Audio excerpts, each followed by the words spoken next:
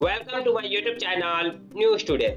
क्या supreme court में हो सकता है बदलाव? हम ऐसा क्यों कह रहे हैं? क्योंकि chief justice of India D.Y.. Chandrachud ने सुप्रीम कोर्ट की 75वीं स्थापना दिवस के मौके पर संबोधन के दौरान उन्होंने 4 ऐसे मुद्दे पर प्रकाश डाले जिनसे ये संकेत मिलता है कि सुप्रीम कोर्ट फिर एक बार सुधार की ओर बढ़ रहे हैं। ये मुद्दे हैं स्थगन संस्कृति से व्यावसायिकता की ओर जाना चाहिए, मौखिक दलीलों के कारण न्यायिक परिणामों में लगातार देरी न हो, न्यायपालिका में समावेशी को बढ़ावा देना चाहिए, न्यायपालिका में होने वाली लंबी छुट्टी का समाधान ढूंढना, क्या वकील और न्यायाधीशों के लिए लचीला समय यानी कि फ्लेक्सिबल टाइम जैसे विकल्प संभव है।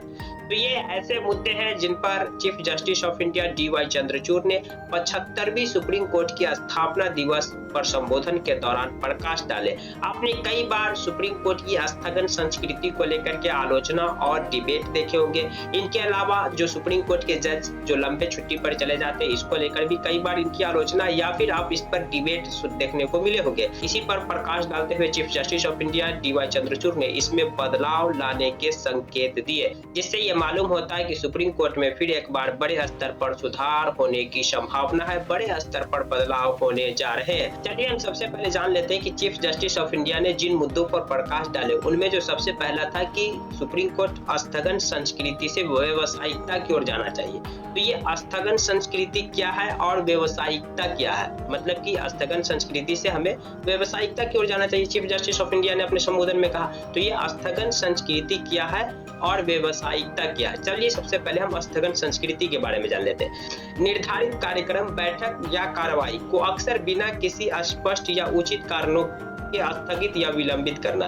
स्थगन संस्कृति ये है, कई बार जो निर्धारित कार्यक्रम होते हैं, जो बैठकें होती, जो कार्रवाई होती है, उन्हें अक्सर बिना किसी स्पष्ट या उचित कारणों को स्थगित कर दिया जाता है, निलंबित कर दिया जाता है। इसे ही स्थगन संस्कृति कहते हैं। तो chief justice of India D.Y.. Chandrachud ने इसी पर प्रकाश डाला कि इसकी जगह हमें व्यावसायिकता की ओर बढ़ना चाहिए।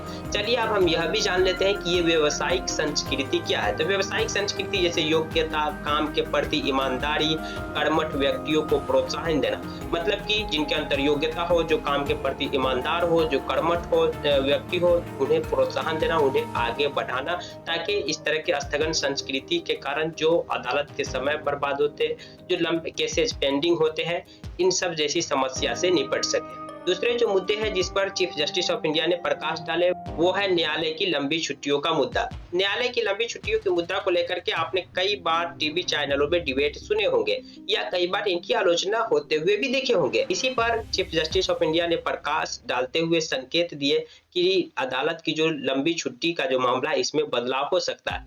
हम आपको बता दें कि भारत का सर्वोच्च न्यायालय और उच्च न्यायालय अपने कार्य दिवस की संख्या तय करने के लिए स्वतंत्र है, यानी कि अदालत जितना दिन चाहे पूरे साल में काम करे, ये उनका खुद के विवेक पर है, वो फैसला लेने के लिए स्वतंत्र है। वही लंबी छुट्टी की बात करें तो लंबी छुट्टी रखने का चलन औपनिवेशिक काल के दौरान ही शुरू हुआ था, क्योंकि न्यायाधीश अधिकतर उस समय ब्रिटिश थे, मतलब कि अंग्रेज थे, और भारत में भीषण गर्मी की परिस्थितियों में काम करने में वो सक्षम नहीं थे। तो ये भारत में जो सुप्रीम कोर्ट में जो जजेस लंबी छुट्टी पर जाते हैं, तो ये प्रचलन आज का नहीं बल्कि औपनिवेशिक काल का ही है, यानी कि जब अंग्रेज यहाँ शासन करते थे तभी का है। और अंग्रेज शासन करते थे तो उस समय ज्यादातर जो जस्टिस थे, जज थे, वो अंग्रेज थे, और यहाँ ज्यादा गर्मी पड़ती है और इंग्लैंड का जो मौसम है वो ठंडा है, तो यहाँ ज्यादा गर्मी, जो मई जून के महीने में ज्यादा जो गर्मी पड़ती है, इस परिस्थिति में वो काम करने में सक्षम नहीं थे, इसीलिए वो लंबा छुट्टी पर चले जाते थे, और वो चलन आज तक चल रहा है। और चीफ जस्टिस ऑफ इंडिया ने इसी में बदलाव करने के संकेत दिए। हम आपको बता दें कि सर्वोच्च न्यायालय साल में 193 दिन काम करते हैं, उच्च न्यायालय 210 दिन काम करते हैं, ट्रायल कोर्ट 245 दिन काम करते हैं, यानी कि सबसे ज्यादा काम ट्रायल कोर्ट करते हैं। ये सब एक साल में, मतलब 365 डेज में।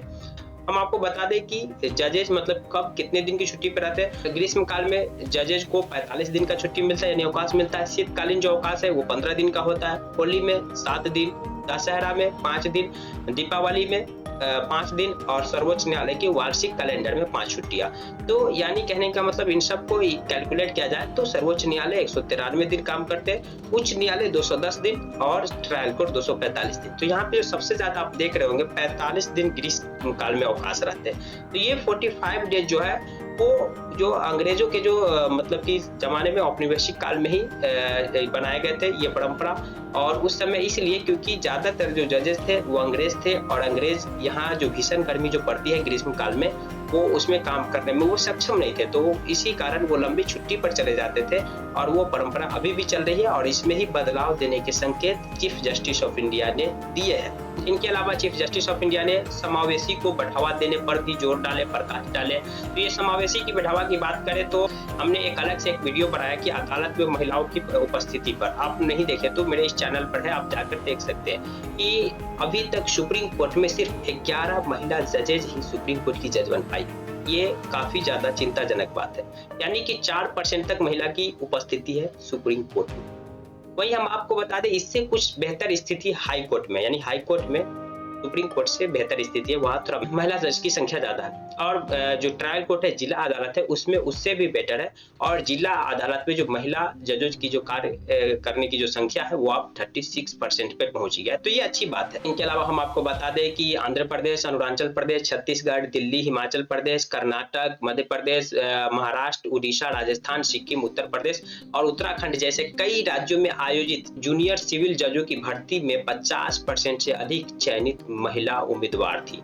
तो यानी कहने का मतलब कि लगातार जो निचले लेवल पर जिला कोर्ट और जो ट्रायल कोर्ट है, इन सब में महिला की भर्ती की संख्या में इजाफा देखने को मिल रहा है। कई ऐसे राज्य है जहां पर जो ट्रायल कोर्ट है यानी जिला अदालत है, उन सब में रिजर्वेशन का भी प्रावधान है, यानी कि 35% महिला का आरक्षण दिया गया, इतना परसेंट महिला होना ही चाहिए। तो यही वो कारण है कि ट्रायल कोर्ट में महिला की स्थिति ज्यादा है, मतलब 36% के करीब है। तो वही हम आपको बता दें कि भारत के सर्वोच्च न्यायालय में न्यायाधीशों की सहायता के लिए क्लर्क सह अनुसंधान सहयोगी की नियुक्ति में इस वर्ष 41% महिला उम्मीदवार है। तो यानी कि पिछले 1-1.5 साल में, खास करके 1 साल में, हमें काफी ज्यादा मतलब समावेशी की ओर बढ़ा है न्यायालय, और काफी ज्यादा हमें इसमें इंप्रूवमेंट देखने को मिल रहा है। आप देख सकते हैं इन सब जो राज्य का हमने नाम लिया, आंध्र प्रदेश वगैरह, ये सब, इन सब में जो जूनियर जज, सिविल जज की जो भर्ती हुई है, इसमें 50% से ज्यादा महिला की भर्ती हुई है। यह दिखाता है कि कितना ज्यादा समावेशी की ओर अदालतें बढ़ रही है। इनके अलावा कि सुप्रीम कोर्ट में जो न्यायाधीश, मुख्य न्यायाधीश की जो मतलब की सहायता करने के लिए जो क्लर्क होते हैं, सह अनुसंधान होते हैं, इनमें 41% महिला उम्मीदवार की भर्ती हुई है। यानी लगातार समावेशी की ओर बढ़ रहा है, और चीफ जस्टिस ऑफ इंडिया ने इसी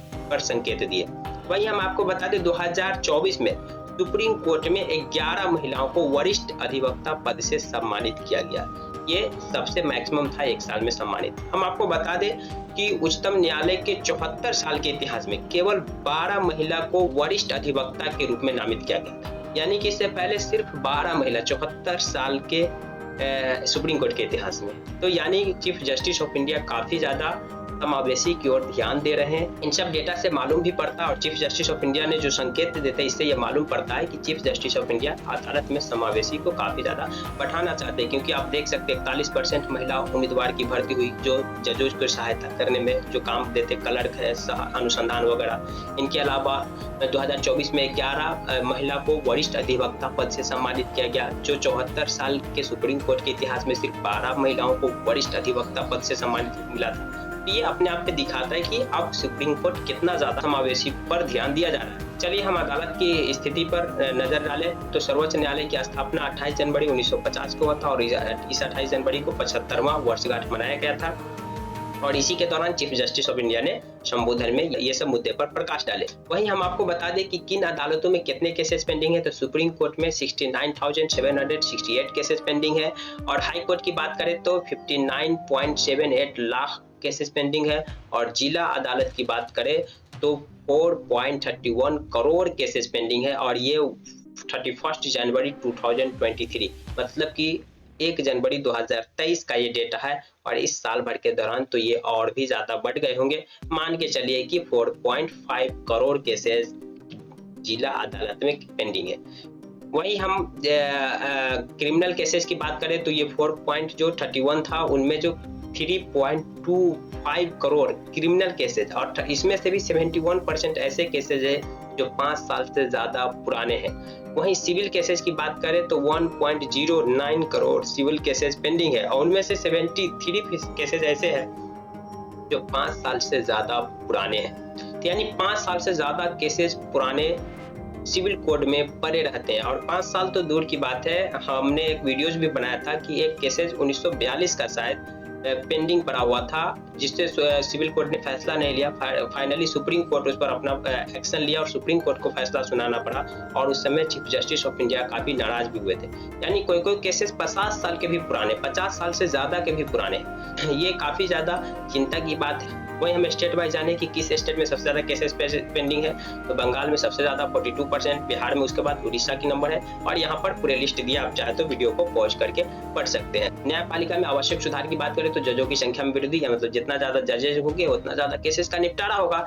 लॉ कमीशन ने 120वीं रिपोर्ट में सिफारिश की है कि 10 लाख लोगों में 50 जज होना चाहिए, यानी प्रत्येक 10 लाख लोगों में कम से कम 50 जज होना चाहिए। ये लॉ कमीशन ने अपनी 120वीं रिपोर्ट में सिफारिश की है। लोक अदालत और ग्राम न्यायालय की स्थापना होना चाहिए। मामलों के समाधान के लिए समय सीमा तय होना चाहिए, यानी कि जो देश के अंदर समय सीमा नहीं थी कि किसी भी केसेस को कितना दिन में निपटाना है, तो ये नई समय सीमा होने के कारण कोई कोई केसेस जो हमें 50 साल या 10 साल या 20 साल पुराना देखने को मिलते, जैसे ही समय सीमा फिक्स होगी कि इतने दिन में केसेस का निपटारा होना है, तो इतने दिन के अंदर होने के कारण जो वकील है, कई बार वकील जानबूझकर डिले करते रहते, मामले को टालते रहते हैं, वो भी इनके प्रति सतर्क हो जाएंगे, और जो जजेज है जिला अदालत के, उनको भी लगेगा कि इतना दिन के अंदर ही हमें इस मामले को निपटना है। तो जो केसेज लगातार पेंडिंग बढ़ती जा रही संख्या, ये इसमें कमी आएगी। बाकी chief justice of India DY Chandrachud ने सुप्रीम कोर्ट यानी अदालतों में इन सब मुद्दों पर बदलाव लाने पर प्रकाश डाले हैं। आपकी इस पर क्या राय है, कमेंट बॉक्स खुला कमेंट कर सकते हैं। जानकारी आपको पसंद आई तो प्लीज वीडियो को लाइक कर दीजिए, चैनल को सब्सक्राइब कर दीजिए। Thank you for watching.